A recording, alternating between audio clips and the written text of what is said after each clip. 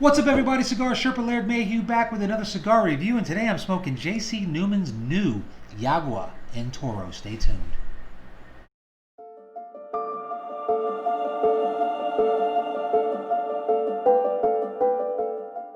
All right. Welcome back to another installment here at Cigar Sherpa. I, of course, am your host, Laird Mayhew, and if this is your first time here, make sure you hit the subscribe button.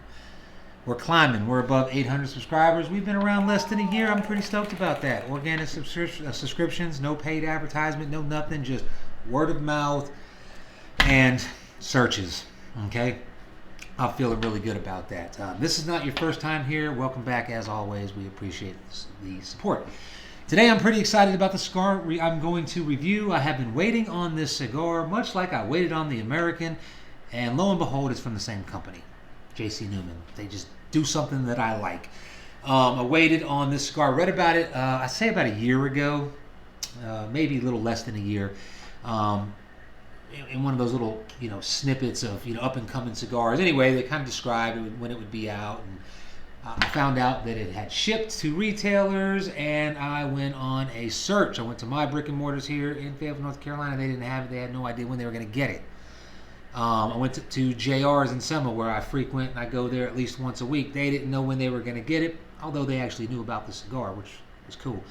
I had to go out of town. I spent the weekend down at Myrtle Beach with my son. He plays travel baseball, so they had a tournament down there, and I found a cigar shop in North Myrtle Beach that had one cigar left, and I got it. Big shout out to Tim at Low Country Pipe and Cigars there in Little River, South Carolina, which is North Myrtle Beach. So if you're in the North Myrtle Beach area, and you're looking for a nice, this guy has a nice cigar lounge, got a nice humidor, very classy place. I really liked it. He also hooked me up with the new Mil Diaz from Crown Heads, not even released yet, so I'm going to review that one next. I was going to jump on this one because it's like a new cigar, it's not even released yet, and try to be like the guy that gets out there first, maybe, but I'm really excited about this. Now, I was able to score another one from another shop nearby. I had to drive to go get it. I smoked it. I loved it. I'm going to review it for you now. So the story behind the cigar is the general manager, Lazaro Lopez, at the PENSA factory down in Nicaragua. I guess he was telling Drew Newman a story about how his grandfather used to roll his own cigars, for himself, and then he would take them and put them in a wheel and wrap them in royal palm leaf, tie them, and then let them, humidify, dry out, get to that perfect smoking humidity, and then he would pull them out and he would smoke them. Okay. And being that they were rolled a little more wet, okay, and they were bunched together, kind of like a box press, but in a circle, all the cigars kind of get crushed in there together, so they all got different shapes. It's pretty cool. The box, I got the box from Tim at Low Country. He gave me the box as it was the last cigar, and my wife immediately took it and did something decorative with it, but it's a very nice box, and if she didn't already have it decorated, I'd be here showing you, but you've probably already seen it. It's very nice, and as soon as I can score a box of those, it is on my list. If I can score 2 boxes, 3 boxes, it is a cigar that I definitely want to have around. Was not cool enough to get the press boxes. I saw some people out there got these boxes in the mail, like a little press packet with a box. I guess with only 800 and something odd subscribers, ain't no one listening to us yet, but we'll get there. I'm just saying, J.C. Newman marketing, it's not too late. Anyway, to this cigar, it's got a Connecticut Broadleaf wrapper. Now, they took this Connecticut Broadleaf wrapper out of the fermentation process a little early than they normally do. I don't know how much time it is. I guess that's proprietary, but they took it out earlier, give it a little more kick to it, a little more oomph, as they put it. It's got Nicaraguan binder, Nicaraguan fillers. It has got a nice, oily, rustic wrapper. I don't know if the video, see how it's like veiny and it's lumpy and it's kind of creased in some places where it was pressed together. I mean, it's really good. Now the smell, it's got like a musky type barnyard. That's probably my go-to with this smell and this wrapper, but the foot, it's got almost like a sweet cocoa,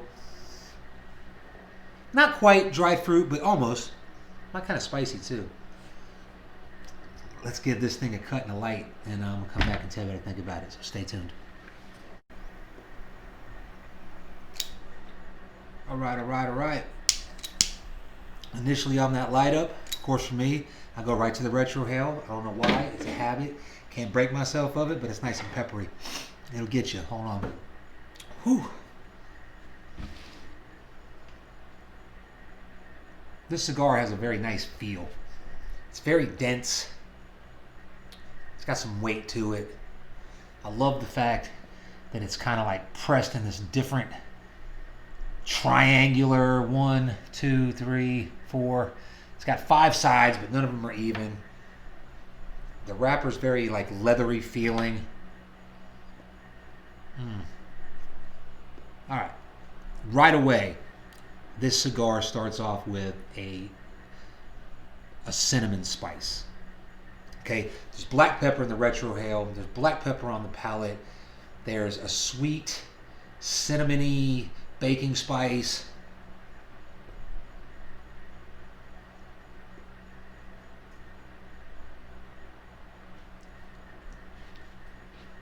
Earthy, musty earth too. Very good. Very, very peppery, very spicy in the beginning. The smoke is creamy. That sweetness is like a brown sugar sweetness. I mean, it's almost like syrupy sweet and peppery. I got a bit of a draw. I got a bit of a tight draw. The first time I smoked this cigar, I punched it. This one, I went with a guillotine cut, and I felt like it kind of pressed it together there, so maybe that'll work itself out. But let me get more into the first third. I'll come back and tell you what I think about it from there. Stay tuned.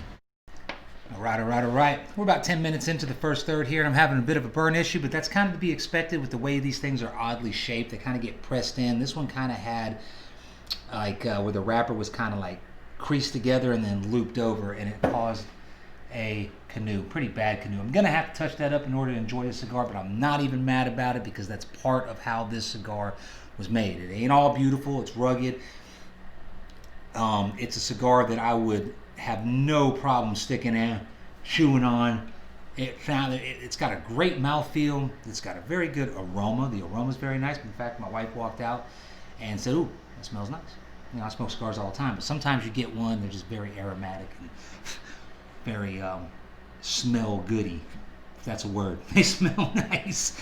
Flavors on this cigar transition into nice, just bold, rich, musty, earthy tobaccos. Very dark and rich tobaccos.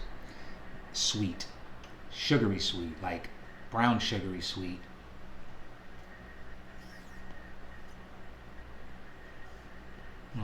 I'm going to have to correct that burn issue before I go on. But going to my notes, man, I've got very sweet, like spicy cinnamon. Black pepper on the retrohale is kind of fading, but it still leaves you with like a nice spice in the retrohale. Very sweet on the palate, very earthy, very musky. I'm just really digging the cigar. I don't know if you can tell. Let me correct this burn issue and get into the second, third, and I'll come back and tell you everything about it from there. Stay tuned. All right. We are in the second, third, coming into it. I got that burn issue corrected. It was just kind of like I said, where the wrapper was kind of pinched and folded over. Burning really nice now. Kind of been taking it easy on the cigar, as not to like let it run again. But overall, so far, A+ on this cigar. Going into the second, third here, about the only difference in this cigar is the spice that is very strong, that cinnamon spice in the first third. It really mellows out. It's still very nice. It's still there. It's just not burning as much in the sinus, and not as much kick to the spice. And there's a cocoa element that kind of comes in. It's very nice. Still got that brown sugary sweetness. It's still got very musty, dark, earthy tobacco core flavors. It's very good.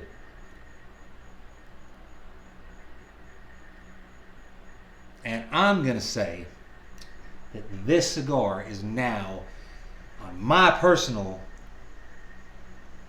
favorites of 2020. In fact, it's number one. I did have the Foundation Melanic as the #1 cigar of the year. That has been moved into second place, and this is in #1 so far. Hey, we still got a couple of months left in 2020, so we'll see how it works out. But that makes 2 J.C. Newman cigars on the top. I said I wasn't going to do top 10, huh? I'm going to do like top 11 or 9. Maybe I'll just do top 5. Whatever. It's a good cigar. I'm enjoying it. Let me tell you something. My birthday is next month, y'all. So if anybody wants to do Laird May birthday present, you can get your hands on these and send them to me. I will be much, much obliged. All right, so a little bit of news. I got to fill some dead air here. I'll give you a little up and coming of what I'm going to be reviewing here before I leave for Mexico on September 2nd or 3rd. I can't remember. I got to check the itinerary. Going down to Cabo with the wife. Going to spend a week down there. Got some spots picked out. I'm going to go check out the Casa de Habano store down there. Pick up some Cuban cigars. I'm going to try to do a little video. You know, maybe do a little review. Looking forward to like my favorite cigar of all time. Not the best cigar I've ever smoked, but just one of my favorites. The Cohiba Robusto. We're going to grab a box of those for sure. Maybe some Hoya Day, Monterey, Epicure #2s, Robustos. But what I got in the lineup here, of course, I've got the Mil Dias, 1,000 Years from Crowned Heads, which hasn't been released yet. Going to do that one next. I've got the new 4 Kicks, limited edition, 2020. This is a outstanding cigar. I was only able to purchase 3 of them because that's all they had left. But I think JR's had them up. I had a box. I'm going to buy them. This is a very good cigar. You should check this out. It's probably going to be I don't know, probably next week sometime before I post it. So if you got time to go out and get one, you can sit there and enjoy it with me, and we can go over the flavor profiles. Then I've got the J.C. Newman Julius Caesar. Okay, guy in the shop gave me that and said, "Hey, this is one of my favorite cigars. Why don't you do a review?" And I said, "Hey, I can't argue with that. I've heard good things about it, and I'm looking forward to reviewing it." I'm going to get into the final third. Come back to everything about the YAGUA by J.C. Newman. Stay tuned. All right. We are in the final third of this cigar. I've thoroughly enjoyed the cigar, and I'm still enjoying it. I'm going to smoke that thing down until my fingers are burning.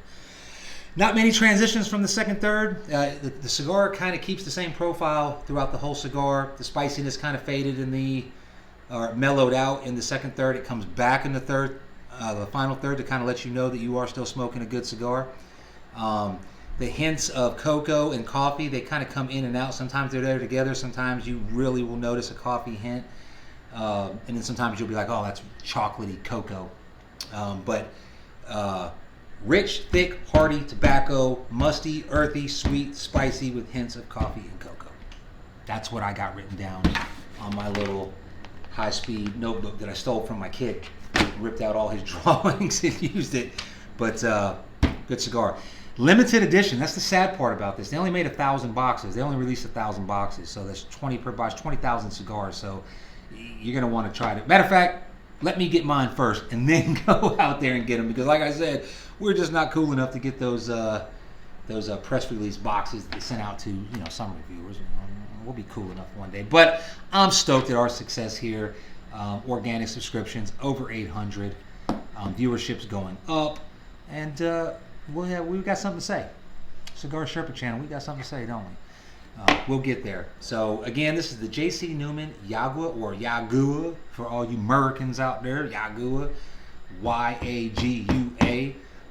Toro 6x54. It's got that Connecticut broadleaf wrapper, which was taken out of fermentation a little bit earlier to give it that oomph. Nicaraguan fillers and Nicaraguan binder. Cigar Sherpa Laird May, he reminding you to be polite to everybody that you meet. You always have a backup plan in case things go south. And I'm out.